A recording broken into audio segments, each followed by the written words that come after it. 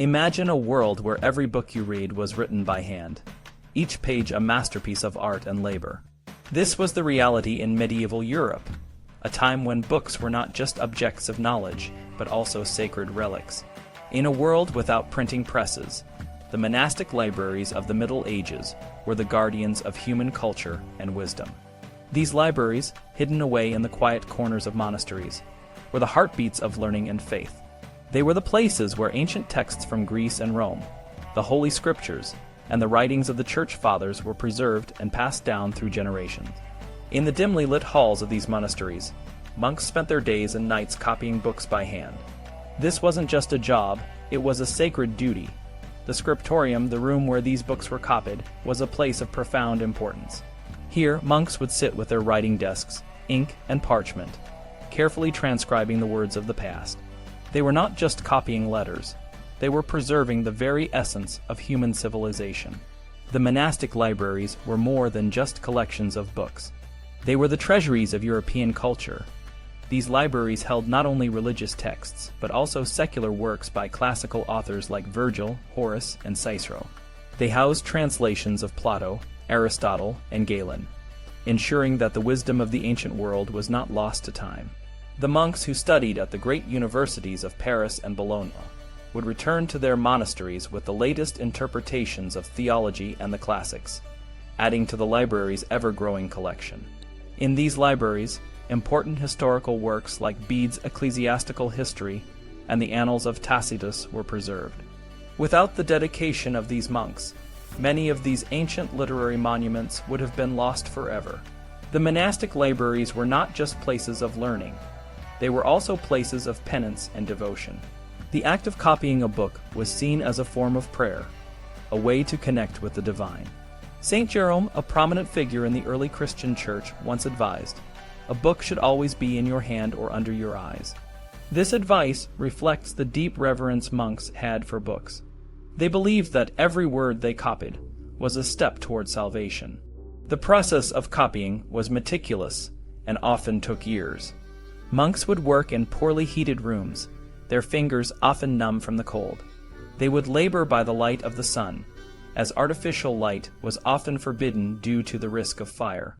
Many monks gave their eyesight to the task of creating these illuminated manuscripts, which are still admired for their beauty today. The making of books in the Middle Ages was a sacred enterprise. Monks were their own publishers, responsible for every step of the process. They would gather the materials, prepare the parchment, mix the ink, and write the words.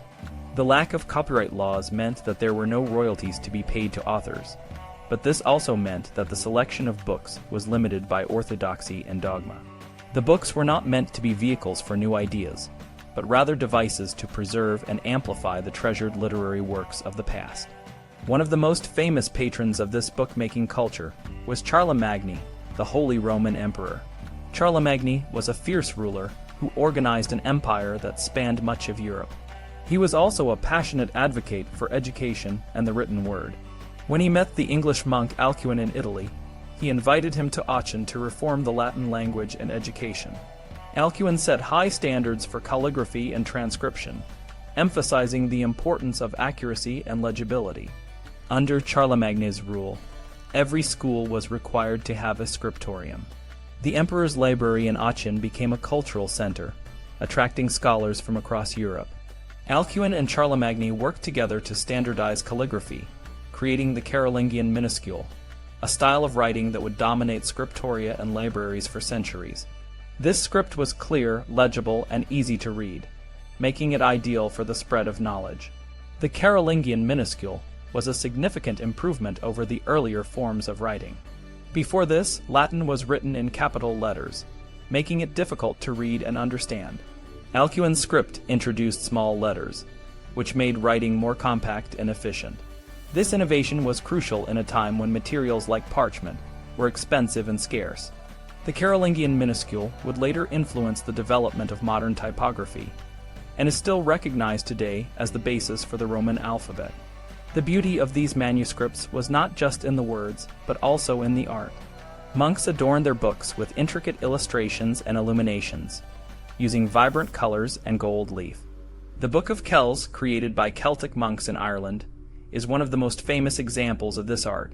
Its pages are filled with detailed illustrations of the Gospels, making it one of the most beautiful books ever created. Despite the beauty and importance of these books, the process of creating them was often a penance. Monks would work long hours in difficult conditions, their labor seen as a form of devotion. Some monks even wrote that their work was done under compulsion, bound by fetters, just as a runaway and fugitive might be bound. The act of copying was a form of penance, a way to atone for sins and seek salvation.